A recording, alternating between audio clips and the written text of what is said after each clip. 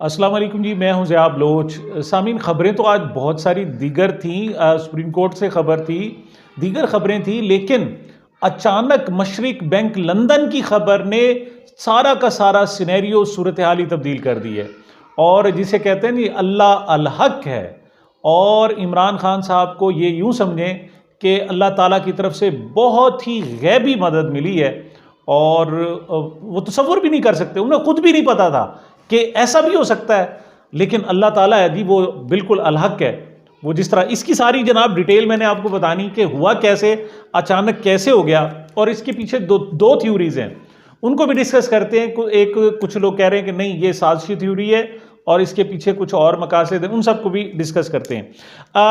बाकी भी खबरें हैं, टाइम मिला तो इंशाल्लाह उस पर भी बात करेंगे। सबसे पहले अल कादिर ट्रस्ट केस, अल कादिर यूनिवर्सिटी केस इसको नाम दिया गया था, लेकिन नैब ने कहा जी नहीं, इसको अल कादिर यूनिवर्सिटी केस का नाम ना दें, क्योंकि इससे इमरान खान को हेल्प मिलती है कि इमरान खान ने जनाब एक ट्रस्ट बनाया है और एक केस बनाया, यूनिवर्सिटी बनाई है इस्लाम की तालीम के लिए और ख़ासतौर पर सीरतुन नबी सल्लल्लाहु अलैहि वसल्लम की तरवीज के लिए, तो उसको इस्तेमाल ना करें। उसका नाम रख दिया था जी NCA case, national crime agency case. NCA जो है वो नेशनल क्राइम एजेंसी है लंदन की। केस सारा का सारा स्टैब्लिशमेंट ये किया गया था कि जनाब मलिक रियाज, प्रॉपर्टी टाइकॉन मलिक रियाज साहब ने सुप्रीम कोर्ट के ड्यूज थे, जो सुप्रीम कोर्ट के तहत उन्होंने सुप्रीम कोर्ट के अकाउंट में जमा कराने थे, और दूसरी वो 480 अरब रुपए तकरीबन हैं जो उन्होंने वहां जमा कराने थे। और हुआ ये केस जो स्टैब्लिशमेंट हुआ, ये हुआ कि मलिक रियाज ने प्रॉपर्टी खरीदी किसकी, नवाज शरीफ के साहबजादे हमजा हुसैन नवाज की और हसन नवाज से प्रॉपर्टी खरीदी। उसके लिए पैसा पाकिस्तान से लंदन ले जाया गया, बरतानिया ले जाया गया। और जब उन्होंने नेशनल क्राइम एजेंसी लंदन ने इसकी तस्दीक की, इसको जनाब चेक किया, तो पता चला कि ये मनी लॉन्ड्रिंग का पैसा है। उन्होंने उनके अकाउंट्स को फ्रीज कर दिया और फिर एक सेटलमेंट हुई NCA के दरमियान और दूसरा मलिक रियाज साहब के दरमियान और हुकूमत पाकिस्तान के दरमियान, ये नैब के दरमियान।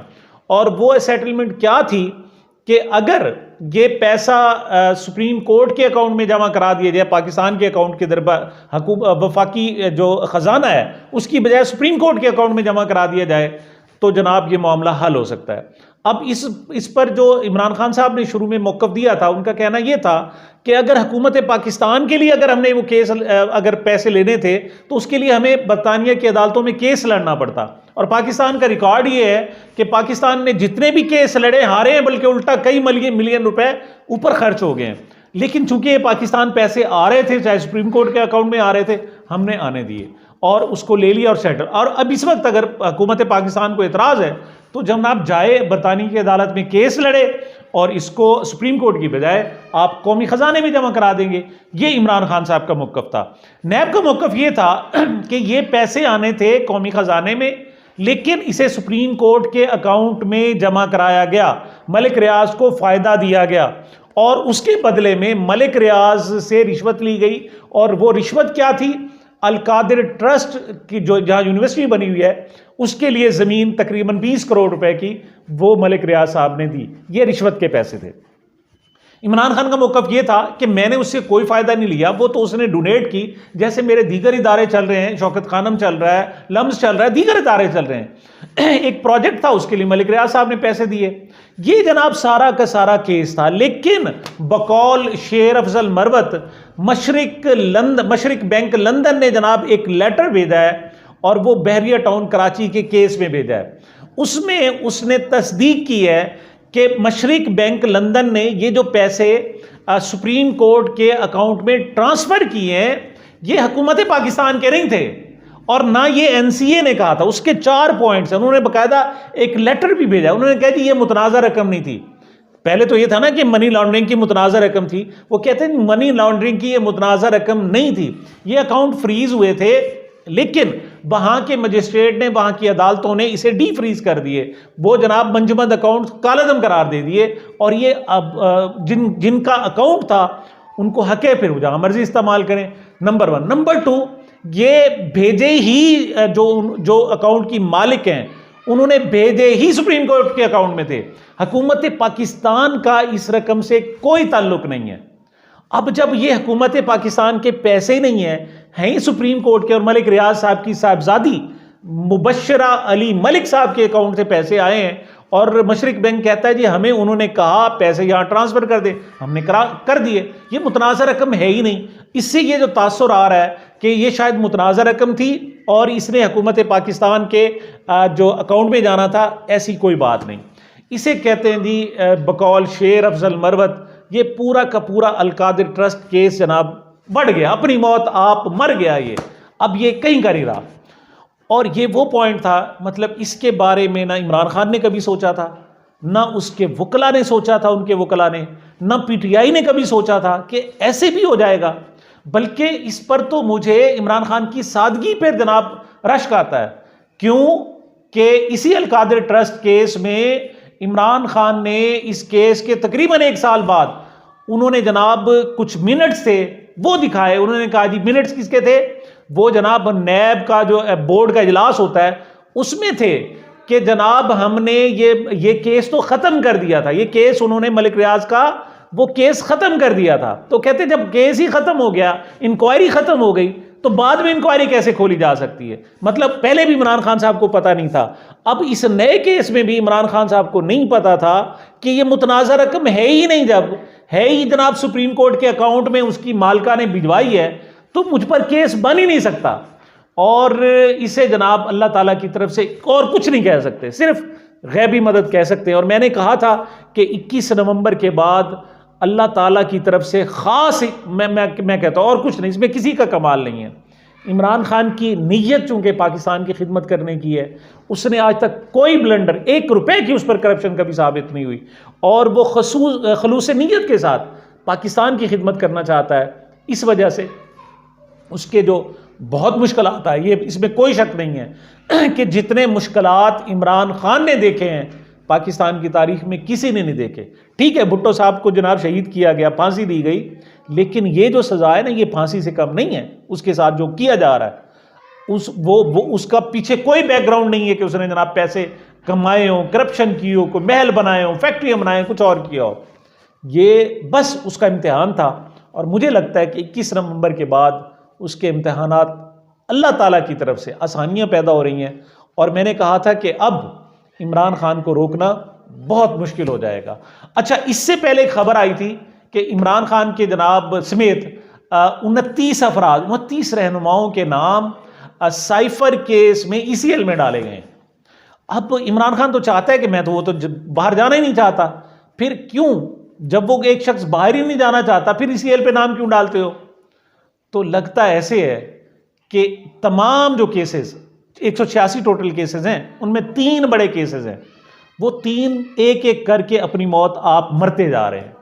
अब मेरे ख्याल में बहुत जल्द ऐसा होगा कि वफाक के पास और कोई केस नहीं होगा और फिर वो कहेगी जी 16 MPO के तहत हम नज़र बंद करते हैं और कोई केस नहीं बच जाएगा। और ऐसे ही हो रहा है जनाब। तोशा खाना केस अपनी मौत आप मर गया और इस केस में भी बाकायदा नैब ने गिरफ्तारी डाली हुई है। अब उस केस में गिरफ्तारी डाली हुई है जो रकम मुतनाज़ा है ही नहीं, मतलब इस पर फौरी जमानत मिल सकती है। और दूसरी तरफ यही केस जनाब सुप्रीम कोर्ट में गया हुआ है और सुप्रीम कोर्ट में जनाब जो सवाल जवाब किए गए वो भी इंतहाई शानदार हैं।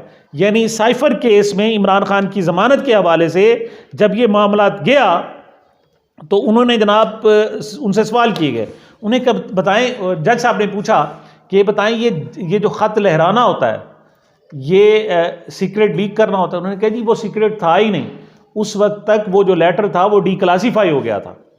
अच्छा, दूसरा जनाब उन्होंने कहा जी ये बताएं कि किस मुल्क को फ़ायदा पहुंचाया, कोई जवाब नहीं है। अच्छा, क्या चीज़ लीक की, वो भी कोई जवाब नहीं है। अब जब आम तौर पर ये टॉक शोज़ में इस पर बात होती थी कि साइफर केस जो आपने इमरान खान के खिलाफ बनाया हुआ है वो है क्या, वो कहते थे जी नहीं, असल मसला ये है कि वो जो कोडिंग और डी कोडिंग होती है वो असल में ख़राब हुई, वो सिस्टम हमारा ख़राब हुआ है। तो आज जज साहब ने खुद रिमार्क्स दिए, उन्होंने कहा जी कोड वगैरह तो कोई मसला नहीं है, वो तो हर 8-10 दिन बाद वैसे तब्दील कर दिए जाते हैं।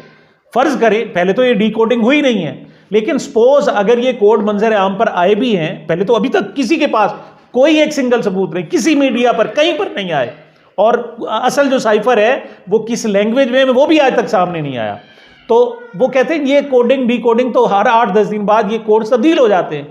तो उस केस में भी अब कुछ नहीं रहा, साइफर केस भी जीरो, कुछ नहीं रह गया, तोशाखाना केस जीरो, और अब ये अब्दुल कादिर ट्रस्ट केस जो था, जिसे एनसीए केस था, ये भी जनाब जीरो हो गया। इसे सिवाय अल्लाह ताला की मदद के और हम कुछ नहीं कह सकते।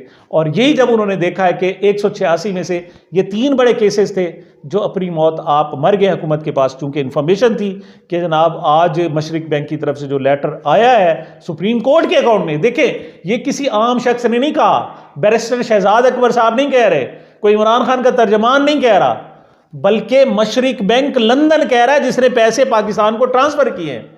वो कहते हैं जी ये हुकूमत पाकिस्तान के थे नहीं, क्यों घसीट रहे हो उसको दरमियान में, ये सुप्रीम कोर्ट के अकाउंट में आने थे, उनकी मालिका मुबशरा अली मलिक साहिबा ने भेजे थे और हमने भेज दिए। ये गलत तासुर न दो, इमरान खान को दरमियान में ना फंसाओ, उनका इससे क्या ताल्लुक है। तो उन्होंने जनाब वेरी क्लियरली आज जनाब जब इसको भेज दिया तो हुकूमत को पता चल गया, उन्होंने कहा जी अब ये केस भी गया, तो अब उन्होंने जनाब ECL में डाल दिया है, साइफर केस में। लेकिन अगर सुप्रीम कोर्ट से मैं समझता हूं कि जमानत आ जाती है, जैसे कि आने के बहुत ज़्यादा इम्कानात हैं, तो फिर कोई केस नहीं बच जाएगा, फिर 9 मई के केस बनेंगे, उनमें ऑलरेडी जमानतें हो चुकी हैं। और उस केस की अहमियत क्या है कि उस शख्स ने बलवे किए हैं जो जेल में था, जिसे गैर कानूनी तौर पर गिरफ्तार कर लिया गया था, और उस गिरफ्तारी को सुप्रीम कोर्ट ने गैर कानूनी करार दिया। मतलब उस पर आप कहेंगे एक शख्स जो उसे अगवा कहेंगे, एक शख्स जो अगवा था उसने अपने अगवा होने पर कैसे एहतजाज करवा सकता है पीछे। तो वो केस भी अपनी मौत आप मरने जा रहा है। और मैं समझता हूँ कि ये एक बहुत बड़ी खुशखबरी है। इमरान खान साहब, वो जिस पर जनाब ज़मीन तंग कर दी गई थी, एक एक लम्हा गुजारना उसके लिए मुश्किल कर दिया गया था, वो जनाब शानदार अंदाज में इमरान खान वापस आ रहा है, उसकी वापसी के दिन है। और ये लोग हर तरह से जकड़े जा चुके हैं इस वक्त, अगरचे कैद में इमरान खान है, लेकिन हकीकत ये है कि इनके दिमाग शल हो गए हैं कि उसको कैसे रोकें, कैसे फंसाएं, किस तरीके से उसका रास्ता रोकें, और सारे रास्ते मसदूद हो रहे हैं। और मैं समझता हूँ कि आने वाला जो टाइम होगा और बहुत सारी खुशखबरियाँ लेकर आएगा। इमरान खान, मैंने पहले भी कहा था कि इमरान खान वापस आ रहा है, आप सिर्फ इंतज़ार करें। सामीन, ये मेरी गुजारिशात है, मुझे मेरे इस चैनल को अपनी मोहब्बत और दुआओं में याद रखिएगा। मिलते हैं छोटे से वक्फे के बाद।